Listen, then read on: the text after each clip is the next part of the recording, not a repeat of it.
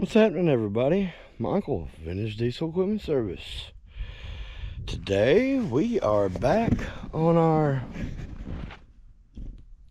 just by chance if you click that like, the subscribe, and maybe even the share button, I'm just saying, it really helps. We are back on our Ditchwitch Rt45. We've done many things to this. You can check them all, like the bar and sprocket for the auger, the new rear diff, the plow getting fixed, the valves getting rebuilt, many things, and we're about to add another one. So I was called and told that this unit, well, it won't crank. Now it does have a little quirkiness with the position sensor for the neutral switch, but its issue actually goes beyond that. So whenever you get over here and you go to checking for things like, say, voltage, if I go here, as you can see, I've got 12 volts. Now this, if you're curious, this is your starter. This is your starter solenoid, and this is your starter relay. It's all kind of, this is Ditchwitch, by the way. This is on a Ditchwitch. So if yours is a Ditchwitch diesel, this is for you. But essentially, this here has a carrier voltage, okay? It's not real high. For example, without a key on, it's only like 2.8 millivolts. Now, as you can see, if I go here though, 12.61 volts. And of course, if I go to the main leg of the solenoid, I also get, well, there we go, 12.5 volts, 12.6. So we've got plenty of voltage at the starter and at our relay. And since our relay technically is powered off of the solenoid, that sort of makes sense.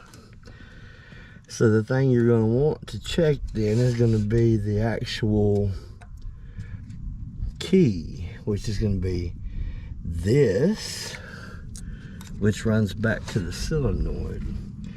So let's just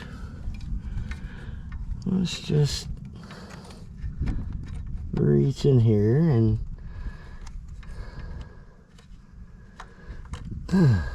well, once I can get it clipped,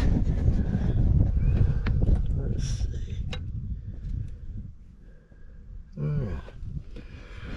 Alright, that's got it clipped. Now, let's just kind of hang our meter right there, okay? Because I'm going to have to get up here and sit in the seat, or otherwise it's not going to do nothing for us. As you can see, it's sitting there. If I hold the key, I get my 12. So that tells us it's not in the starter relay, and we're getting power all the way up to that solenoid. And when I feel the starter, it doesn't feel warm at all.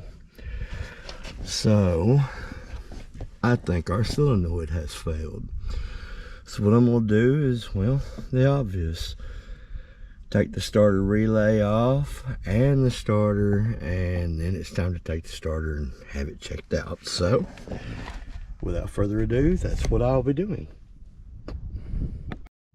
All right, and back from the starter shop, and come to find out, well, it was internally grounding. So they've already taken care of that.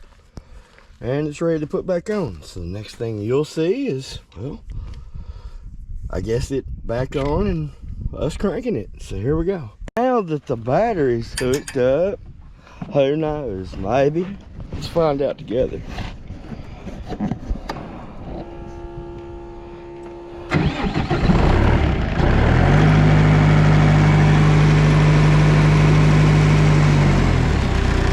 Good deal.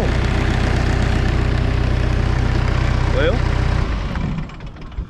I guess that's got us. So with that being said, thanks so much for watching yet again another video here on Vintage Diesel Equipment Service.